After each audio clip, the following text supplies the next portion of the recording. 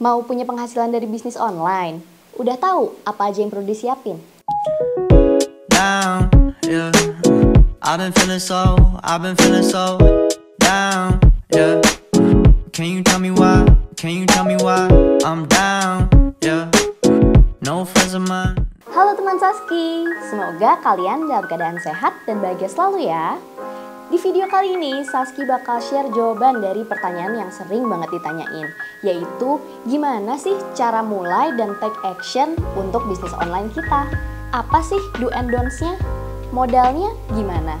Dan di dunia yang serba digital gini, strateginya apa ya kira-kira? Jadi yuk langsung kita bahas. Sebelum kita mulai ke 3 pilar utama untuk membangun bisnis, aku nggak akan pernah capek buat ngingetin teman-teman buat cari tahu dulu why kalian apa.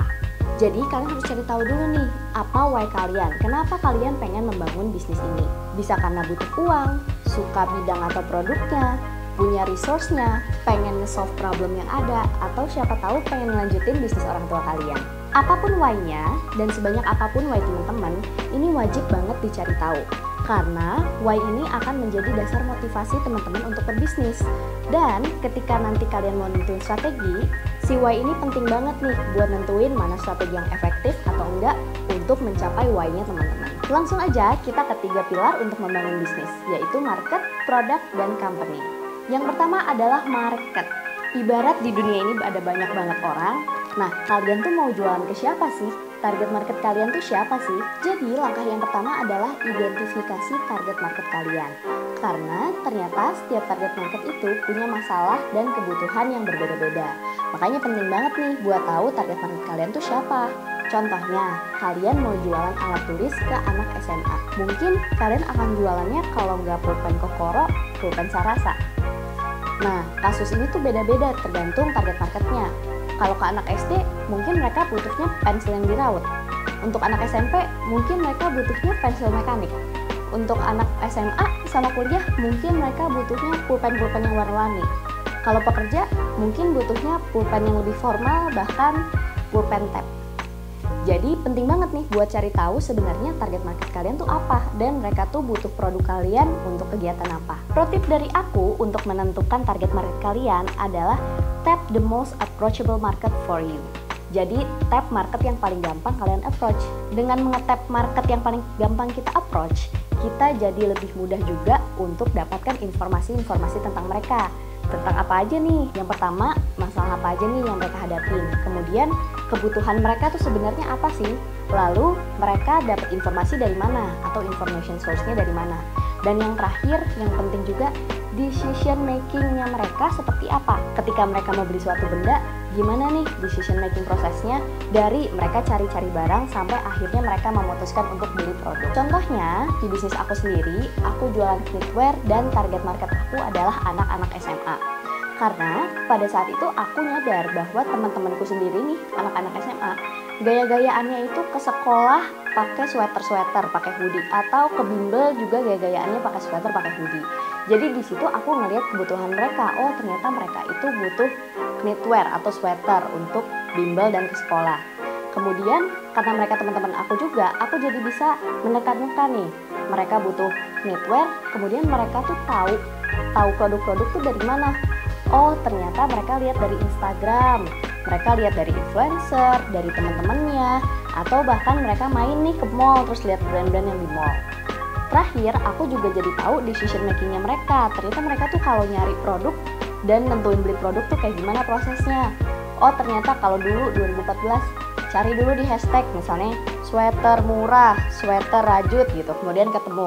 Atau mereka cari dulu dari keyword namanya, jual sweater misalnya. Habis nemu, ternyata mereka tuh ngeliat dulu followers loh teman-teman.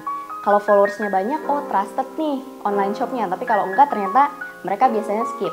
Habis itu, mereka ternyata ngelihat feeds-nya rapih nggak nih? Kalau feeds-nya rapih, biasanya mereka lebih teryakinkan untuk beli. Habis itu mereka lihat review-review. Biasanya dulu ada testimoni-testimoni yang di-post nggak nih? Kalau ternyata ada, berarti produknya oke dan trusted. Dan yang terakhir, of course, mereka juga pastiin karena mereka masih anak SMA, harganya affordable nggak nih di kantong anak SMA. Informasi-informasi tersebut sangat penting buat teman Saski dapetin, karena informasi tersebut bisa membantu teman-teman untuk menentukan strategi mana nih yang paling efektif untuk menggapai target market teman Saski.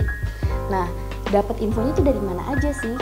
Untuk dapat infonya, teman-teman bisa dari research, berita, survei, atau bahkan interview customernya sendiri.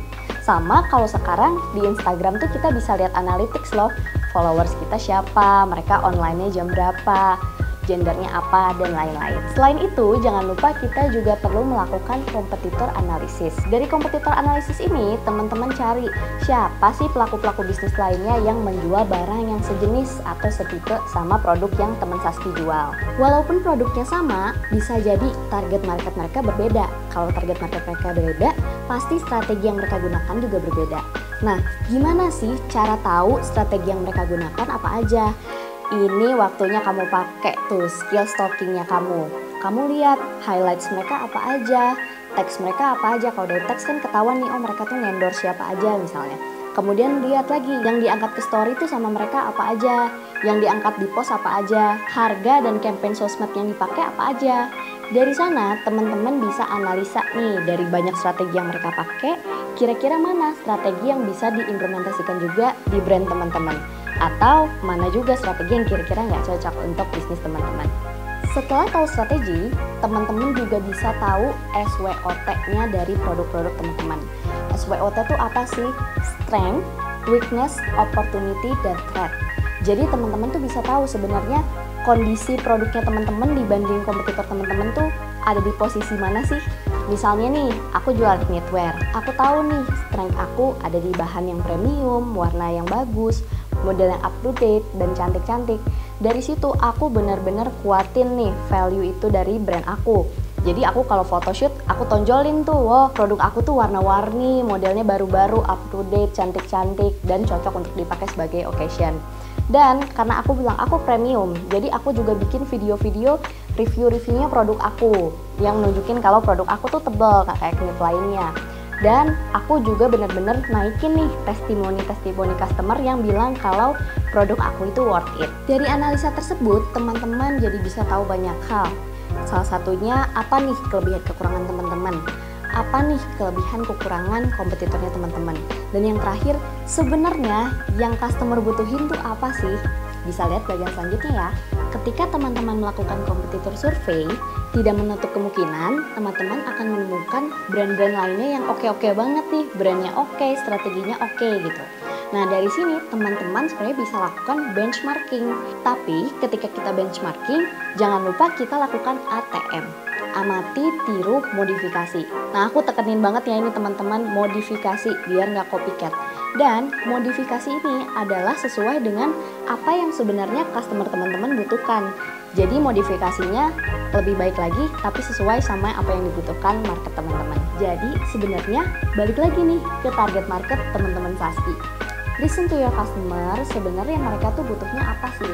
Karena in business, whoever knows their customers well wins. Karena tadi teman-teman udah analisis, sekarang teman-teman udah tahu nih siapa target market teman-teman, apa nih yang mereka butuhin, apa produk yang berpotensi untuk laku dan menang di market. Karena teman-teman udah tahu produknya, sekarang tinggal lanjut ke 6P analysis yang berfungsi untuk memperkuat produk teman-teman. 6P analysis ini terdiri dari produk, price, promotion, place, people, packaging. Yang pertama adalah produk. Di produk ini kita ngomongin keunggulan, fitur, dan apa sih fungsi dari produk teman-teman ini.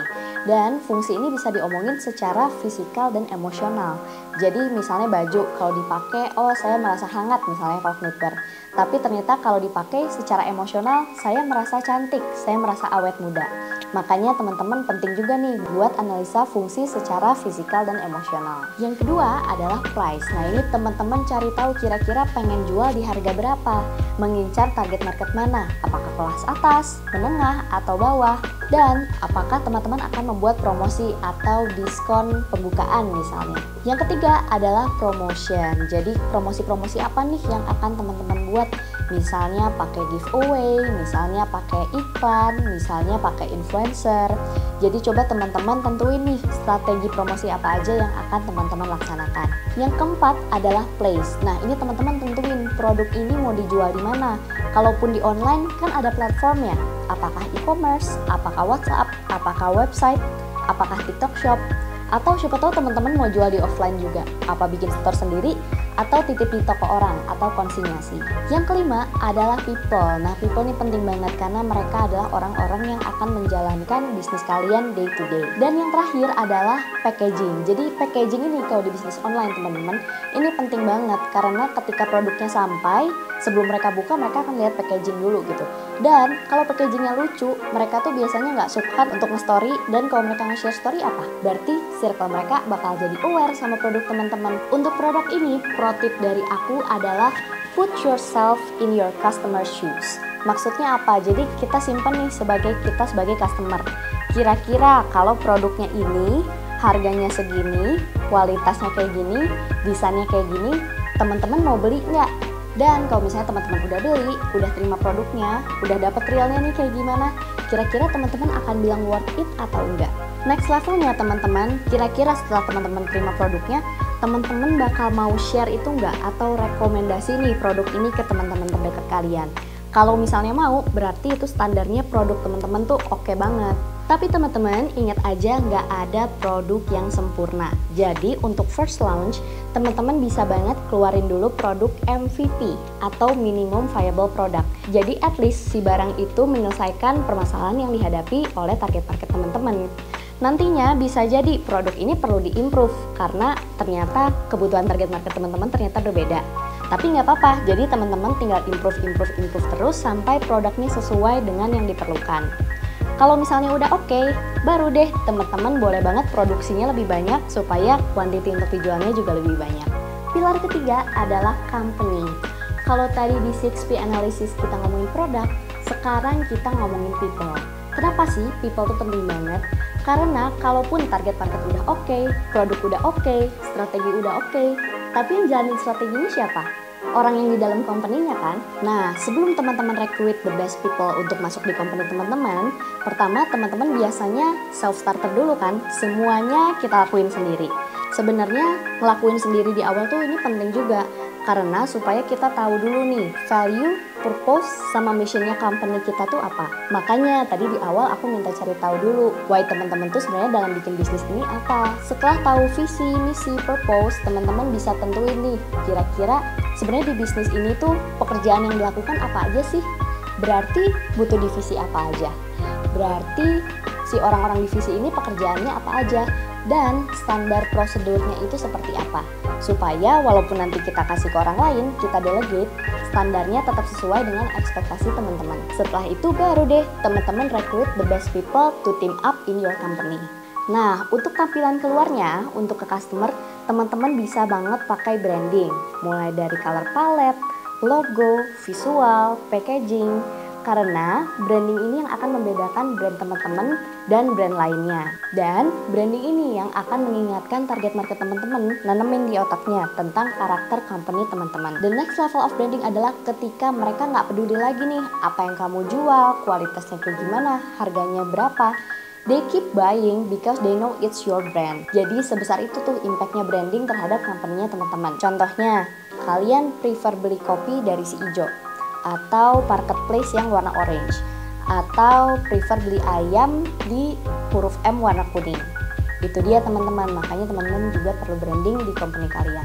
Before I close this video, aku mau ngingetin bahwa planning is a must, action is needed. Jadi, gak akan ada bisnis yang pernah gede kalau bisnisnya gak pernah cobain dan gerak.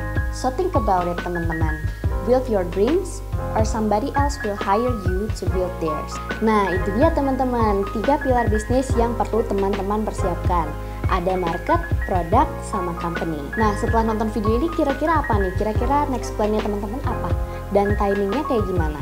Ingat ya teman-teman bahwa planning tanpa action adalah mimpi. Tapi action tanpa planning sama dengan gambling. Jadi teman-teman harus bisa ngimbangin dua-duanya ya. Kalau teman-teman suka video ini, teman-teman boleh banget like, subscribe, atau share ke teman-teman atau keluarga yang sekiranya membutuhkan. Kalau mau request topik, boleh banget tinggal komen atau DM ke IG aku @saski_4kali. Sampai ketemu di edisi Saski Sharing selanjutnya ya. Dah!